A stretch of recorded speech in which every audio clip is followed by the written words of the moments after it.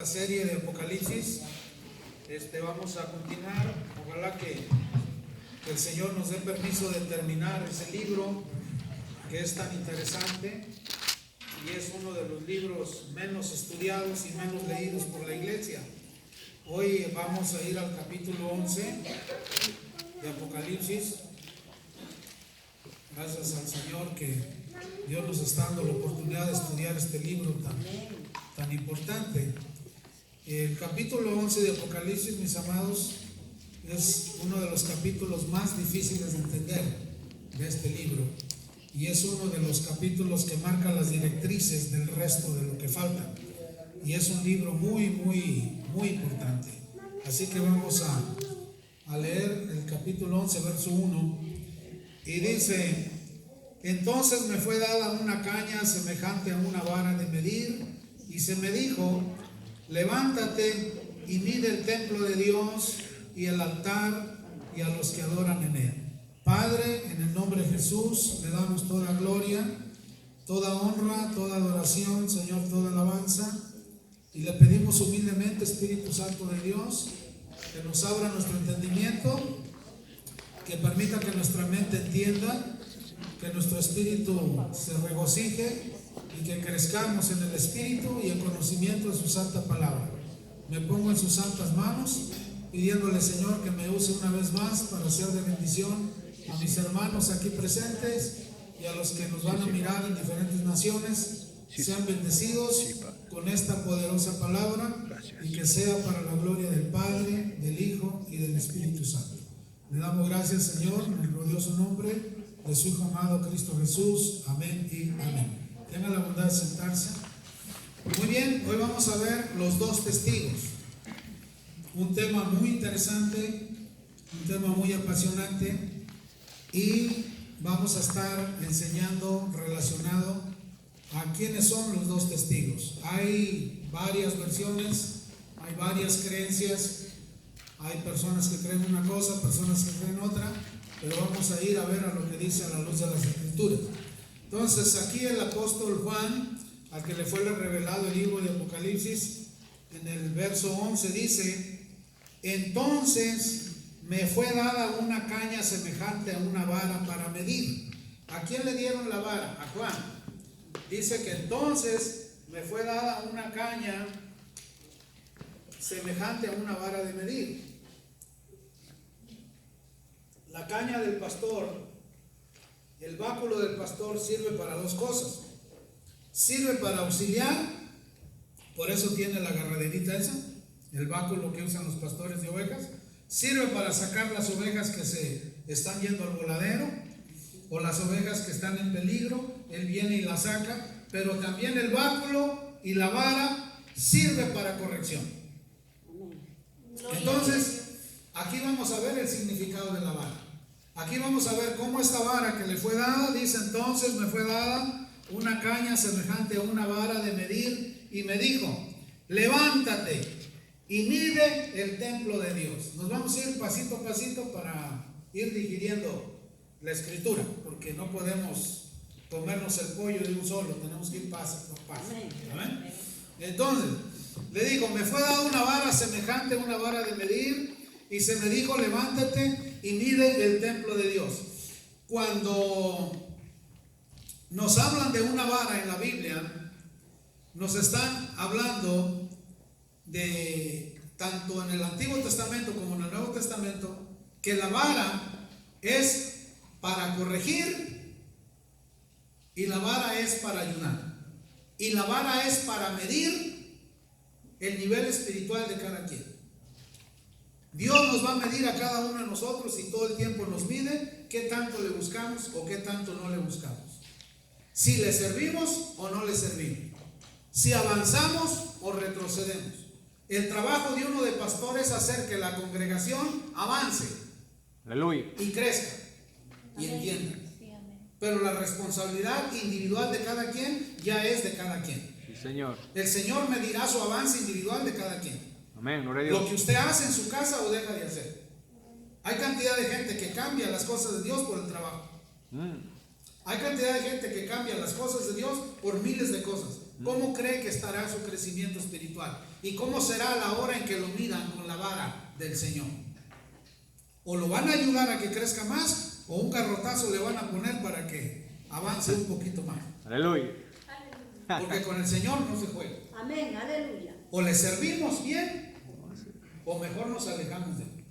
O nos calentamos bien con Él, o nos enfriamos. Porque si no, de su boca nos vomitará. Señor, aleluya. Si tibios estamos, de su boca nos desechará. Amén. Y aquí el Señor va a medir el templo, porque a la iglesia que funda nuestro Señor Jesucristo no se le entregó ningún templo físico. ¿O sí se le entregó un templo físico? El templo ahora somos nosotros, templo y morada del Espíritu Santo. Amén, gloria a El Dios. templo ahora es usted y soy yo, Señor. del Espíritu. Entonces, Amén. el templo del Espíritu ahora es el cuerpo físico de nosotros. Si consagramos este templo, no fumamos, no tomamos, no contaminamos nuestros miembros, no incurrimos en cosas que no le agradan al Señor, sino que purificamos este templo, morará el Espíritu de Dios. Amén, gloria a Dios. Aleluya. Y cuando venga la vara del Señor a medirnos, o nos premiará o nos azotará. Aleluya. Amén. De eso está hablando aquí. Porque la mayoría en este tiempo donde empieza, ya estamos casi a la mitad de la gran tribulación, porque a la mitad es donde aparecen los dos testigos. Este es el lapso entre la sexta trompeta y la séptima trompeta. Estamos en un lapso antes de que se abra la séptima trompeta. Que la séptima trompeta dará inicio a las 7 copas de la ira del Señor. Y antes de que la ira del Señor aquí en Apocalipsis aparezca, el Señor medirá su templo. Aleluya. Medirá a todos. Amén. Esto es muy interesante, hermanos. Si no entendemos este concepto, no podemos entender lo que sigue. Aleluya. Porque aquí presenta figuras, pero estas figuras, o le voy a poner una figura. Por ejemplo, dice, y del abismo salió la bestia. Y todos interpretan que la tierra se abrió y que salió el anticristo, que es la bestia. No, es una figura. Y esa figura significa del abismo de las tinieblas de Satanás. O sea que todos los satánicos que han existido desde el principio del mundo hasta que aparezca el anticristo han trabajado para que este tipo aparezca. Eso es lo que significa. Aleluya. Y todos interpretamos, se va a abrir la tierra y va a salir la bestia. Así lo interpretamos porque así leímos acá. Pero no es así. Son figuras que corresponden a toda la historia de la humanidad. Y cuando dice, y me fue dada una vara como de medir, para medir el templo, levántate y mide el templo de Dios y el altar y a los que adoran en él. Vamos a ver de una por una de las cosas. Entonces, en el capítulo 2 de Jeremías, por los que anotan y los que anotan y tienen el buen ánimo de anotar, en el capítulo 2 de Jeremías, en el capítulo 32 de Jeremías, ahí se explica todo lo relacionado a la cuestión de las cañas de medir. Cómo Dios vino y midió a su pueblo y se dio cuenta que le eran infieles, que Israel adoraba a Baal, que Israel había dejado a Dios, que Israel se había olvidado de su Dios, que se habían desposado de él. Y les pone un ejemplo y dice, ¿acaso la doncella? Sí, mi hermano. Jeremías, ¿qué dijo? Es Jeremías capítulo 2, esto es para que lo estudien en la casa. Gracias, hermano. Jeremías capítulo 2 y Jeremías capítulo 32, donde el Señor viene y le reprocha a Israel por qué lo dejaron, por qué lo abandonaron. Y les pone un ejemplo y dice, ¿acaso la doncella cuando se va a casar se olvidará de ataviarse para su novio? Yo no he visto novia que llegue al altar toda guachambrosa, que no se bañó ni se cambió, ni que traiga sus atuendos de novia, traiga su corona de novia, traiga su cola, traiga todas las cosas que se pone la mujer. Ni tampoco he visto novio que vaya a casarse todo guachambroso, que no se bañó, sino que va a lo mejor presentable, porque es el día en que va a recibir a su novia. Sí, amén, aleluya. Y aquí en los capítulos 2 de Jeremías y 32, el Señor le hace esa referencia a Israel y le dijo, me abandonaste por ir tras tus amantes. Me dejaste y me abandonaste por ir a buscar a tus amantes. Cuando yo te daba el trigo, te daba el vino, te daba todo y tú me abandonaste. Adoraste a Baal en todos los lugares altos. Bajo los frondosos árboles adoraste a Baal y te olvidaste de tu Dios. Te desposaste de tu Dios. ¿Acaso la doncella que se va a casar se olvidará de ataviarse? Pues tú te lo has olvidado de mí. Así le dijo Dios. Los midió y los encontró falsos a su pueblo santo, Jehová de los ejércitos. Y aquí viene Juan, en el capítulo 11 de Apocalipsis, dice: me fue dada una vara de medir para medir el templo, medir el altar y medirlos a todos. Por lo tanto, el Señor a cada uno de nosotros nos toma la medida. Pensamos que estamos bien y a lo mejor estamos mal. O a lo mejor pensamos que estamos mal y delante del Señor estamos bien. Hubo una iglesia que el grupo de alabanza, falló alguien a la alabanza y le dijeron a la hermanita fulana: hermanita, pasa tú para que sustituyas a la hermana fulana que no vino. Pues pasó a la hermana, y la hermana pues no tenía talento de cantar y cantaba pésimamente mal. Y los demás hermanos le empezaron a decir que qué estaba pasando con ella, y la avergonzaron. Y la mujer se bajó muy triste.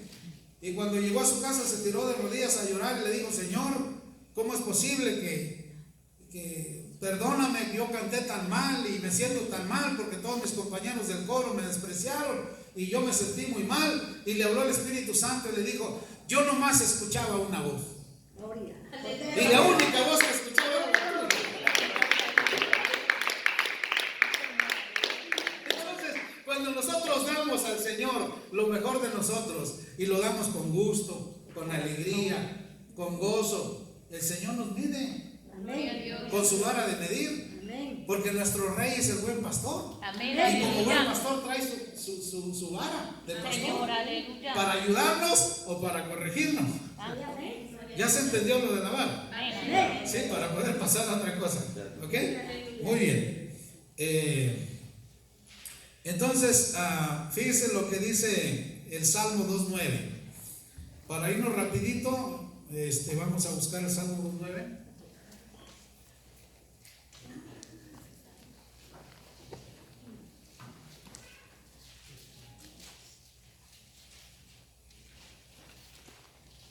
Gloria a Dios. Dice, los quebrantarás con vara de hierro. ¿Cómo dice?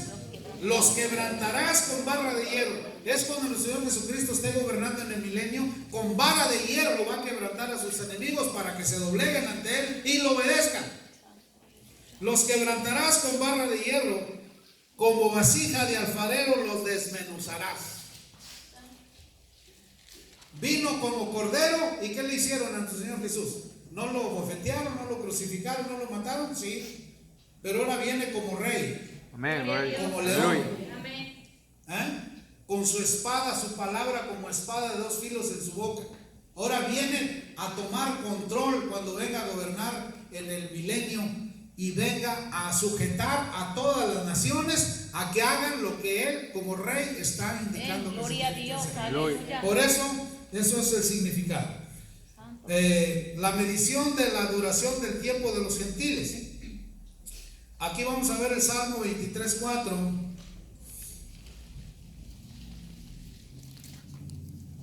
Donde vamos a ver cómo actúa esta vara que habla nuestro hermano Juan. Salmo 23.4.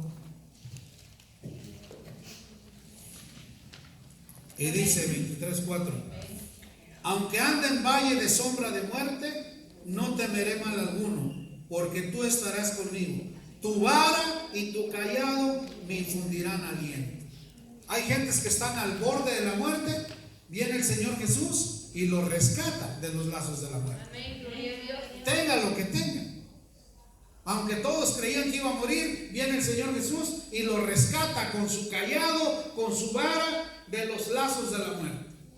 Esto es una cita para que usted comprenda y vea lo que es el significado de la vara cuando es para ayudar.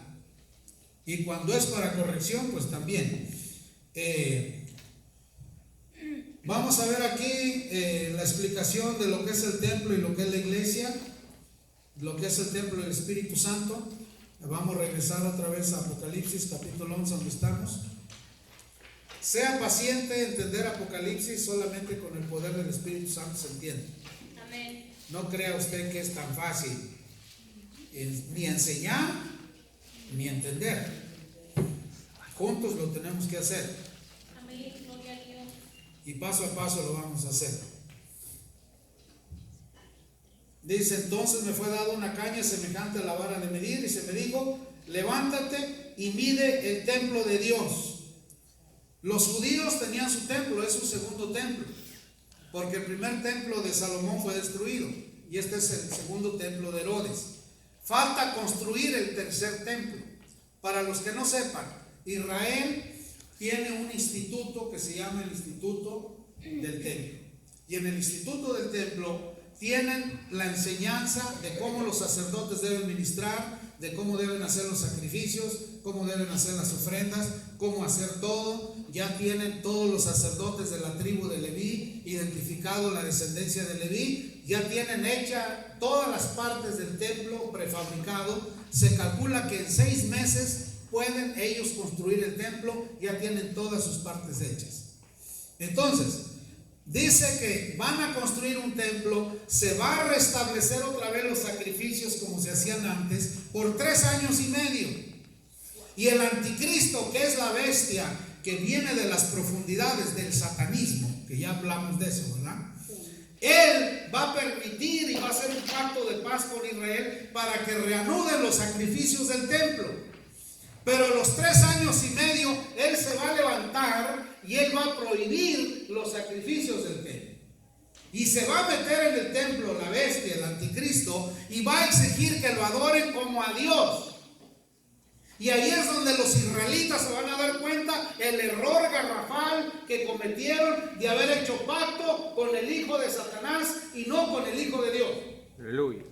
Y rasgarán sus vestiduras, se lamentarán. Pero aquí Dios en su infinita misericordia es donde manda a los 2 testigos de lo que vamos a hablar hoy a predicarles por 3 años y medio, donde va a ser una predicación profunda como latigazos para que entiendan, y todo aquel que le quiera hacer daño a los testigos morirá, porque dice que saldrá fuego de sus bocas.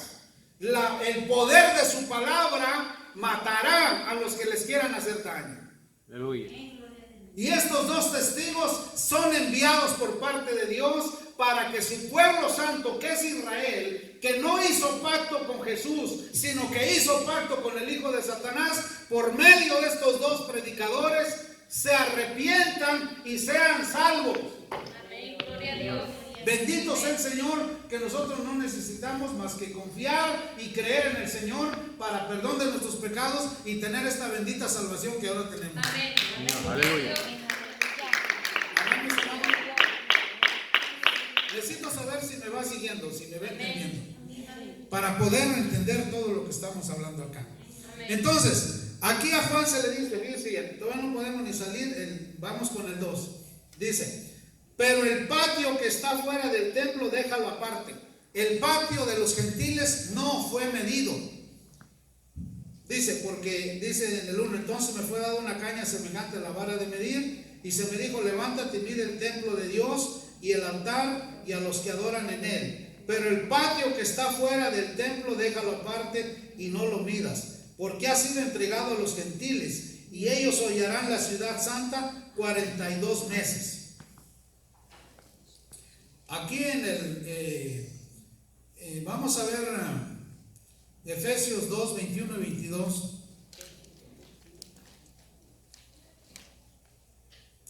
Ya dijimos que el templo es cada uno de nosotros, porque somos morada del Espíritu Santo, ¿verdad?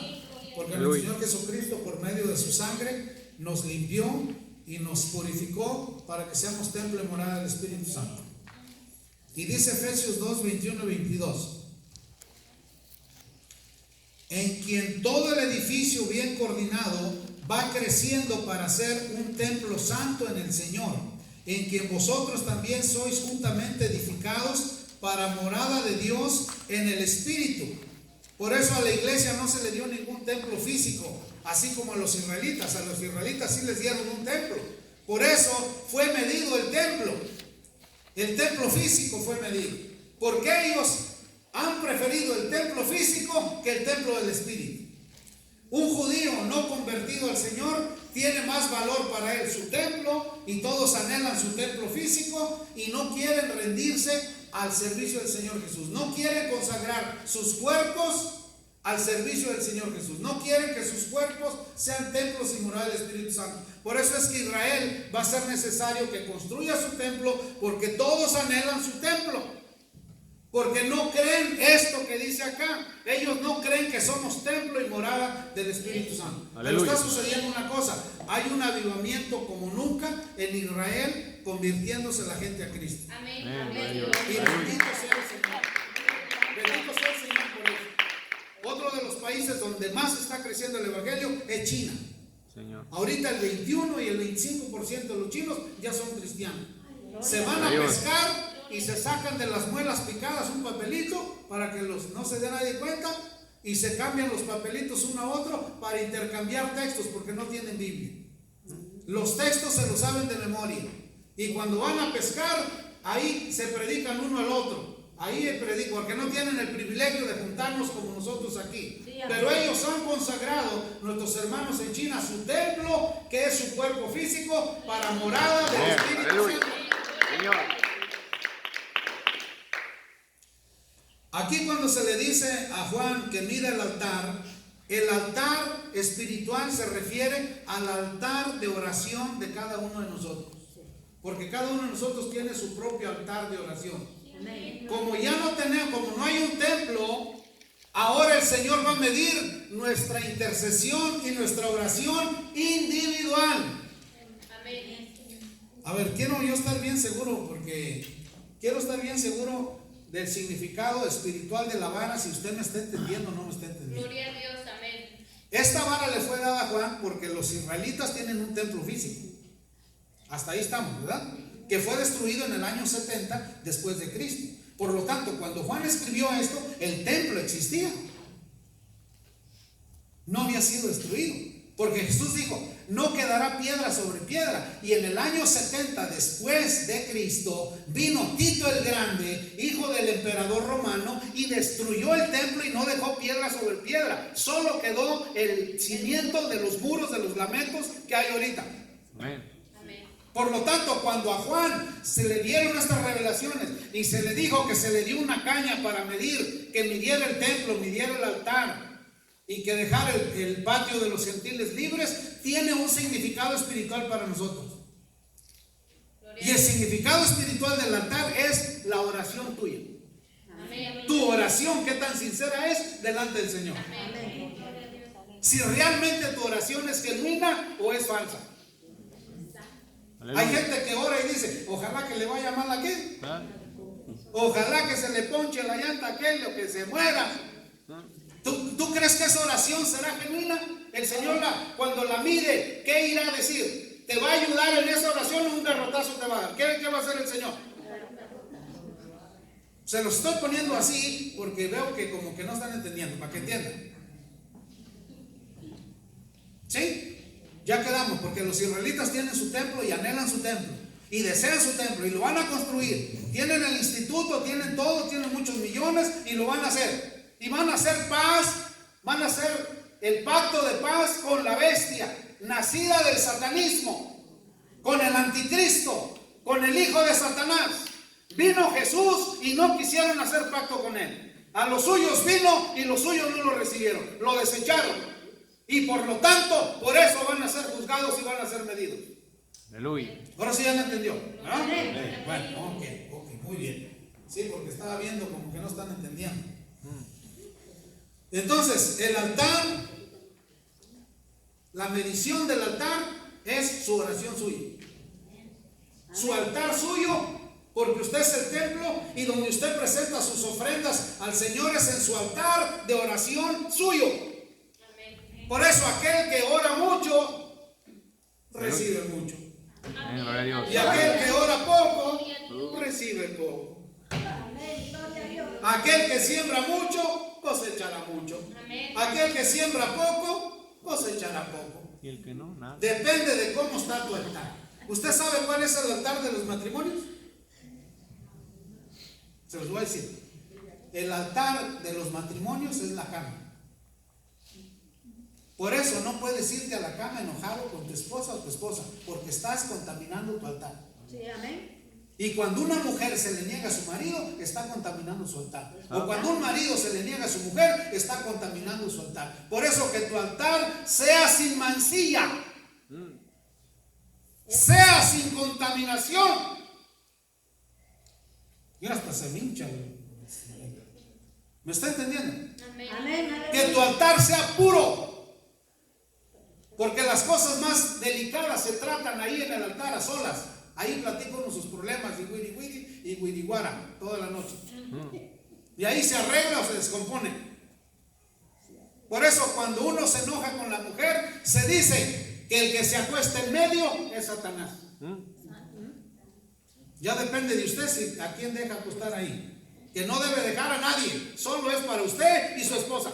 Amén, aleluya. Por eso es la recámara privada, el altar privado. Pues el altar privado espiritual suyo es su oración suya. Amén. Gloria a Dios. Ahora sí ya lo entendieron, ¿verdad? Amén. Hacía falta que les hablara así para que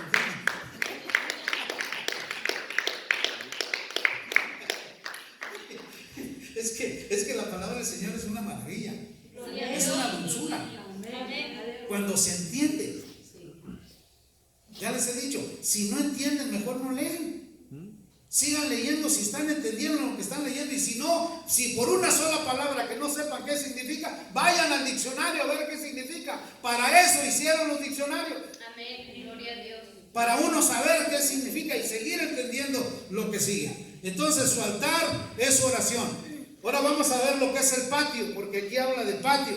Dice el 2, pero el patio que está fuera del templo, déjalo aparte y no lo midas. Ok.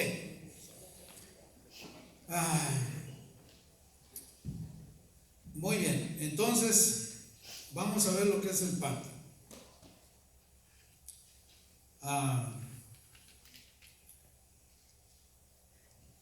Dice, pero el patio que está fuera del templo, déjalo aparte. Fuera del mismo templo estaba el altar del holocausto, donde se quemaban las ofrendas, como el altar de bronce. El altar ha sido considerado una representación, un cuadro de la cruz de Cristo. Esto parece indicar que el evangelio de la cruz de Cristo, el mensaje de la salvación para todos los que buscan el perdón de sus pecados, aún estará al alcance de toda la humanidad durante la intensidad de este breve tiempo. ¿Qué es esto? Que mientras está esta tremenda primera parte de la tribulación, todos los desastres que están anunciados, aún así, a través de los dos testigos que vamos a ver ahorita, el mensaje de salvación estará vivo para los gentiles. Estos dos testigos que van a aparecer ahorita en escena van a estar predicando un mensaje de arrepentimiento y de salvación para todo aquel que crea. Por eso es que a Juan no le dieron permiso de que midiera el patio de los gentiles, porque sigue vivo el mensaje del evangelio para todo aquel que crea, no se pierda, mas tenga vida eterna y sea salvo. ¿Sí me están entendiendo? ¿Qué pasaría si Dios le dice, se acabó, ya no va a haber más misericordia, hasta aquí? Pero todo aquel que crea y se convierta a Jesús será salvo. Porque el propósito del Señor Jesús es que con la predicación de estos dos testigos, todo Israel sea salvo y nadie se pierda. Ese es el propósito del Señor. A pesar de las tremendas pruebas y luchas que van a estar apareciendo durante la gran tribulación. Por eso es que el altar no se le permitió que se midiera. Dice, el estado de los gentiles significa que aunque este periodo de tiempo pertenece a los gentiles, se ha denominado por 42 meses, 3 años y medio, es la última mitad del periodo de la gran tribulación. Eso está en Apocalipsis 13:5. Vamos ahí a Apocalipsis 13:5.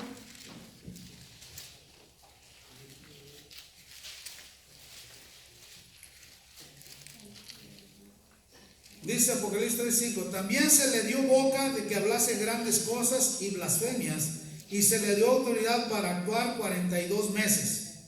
Y abrió su boca en blasfemias contra Dios, para blasfemar de su nombre en su tabernáculo y de los que moraban en el cielo.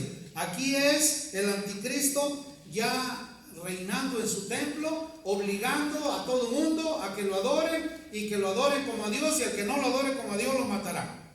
Por eso es que bendito sea el Señor, que el evangelio a través de estos dos testigos va a ser predicado al grado de que todo aquel que se arrepienta alcanzará misericordia en este periodo de tribulación.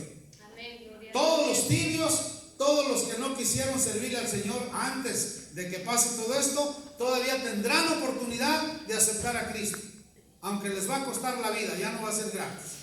Van a dar su vida a cambio de su salvación, y ahorita es gratuito. Amén. Gloria a Ahorita Dios. es gratis.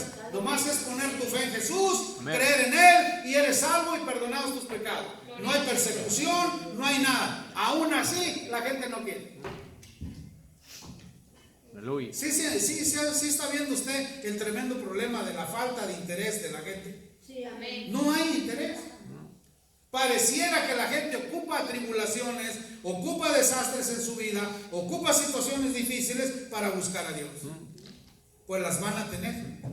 Por eso dijo, y esta gran multitud, ¿de dónde son? Son los que han salido de la gran tribulación y han lavado sus ropas en las ropas del Cordero. Son los gentiles que alcanzaron misericordia. Amén. Gloria a Dios. ¿Sí le está entendiendo? Amén. Son los que oyeron el mensaje, se arrepintieron y salieron lavados con la sangre de Jesús, aunque fueron mártires. Aleluya. Muy bien, seguimos con el capítulo, el verso 3. Y daré a mis dos testigos que profeticen por 1260 días vestidos de silicio. Aquí aparecen los dos testigos vestidos de silicio con un mensaje muy duro, un mensaje muy difícil. Yo una vez hice un ayuno vestido en silicio por 30 días. Es un saco rasposo que te dan permiso de traer ropa abajo y tu saco arriba, pero anteriormente se quitaban la ropa, se echaban el saco arriba y el silicio pica. Y el silicio es señal de sufrimiento y de arrepentimiento para que el Señor te perdone, es lo que hacían en el Antiguo Testamento. Y aquí dice, y daré a mis dos testigos que profeticen por 1260 días vestidos de silicio.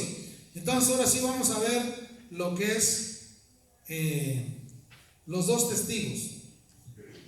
Son dos individuos revestidos del poder de Dios.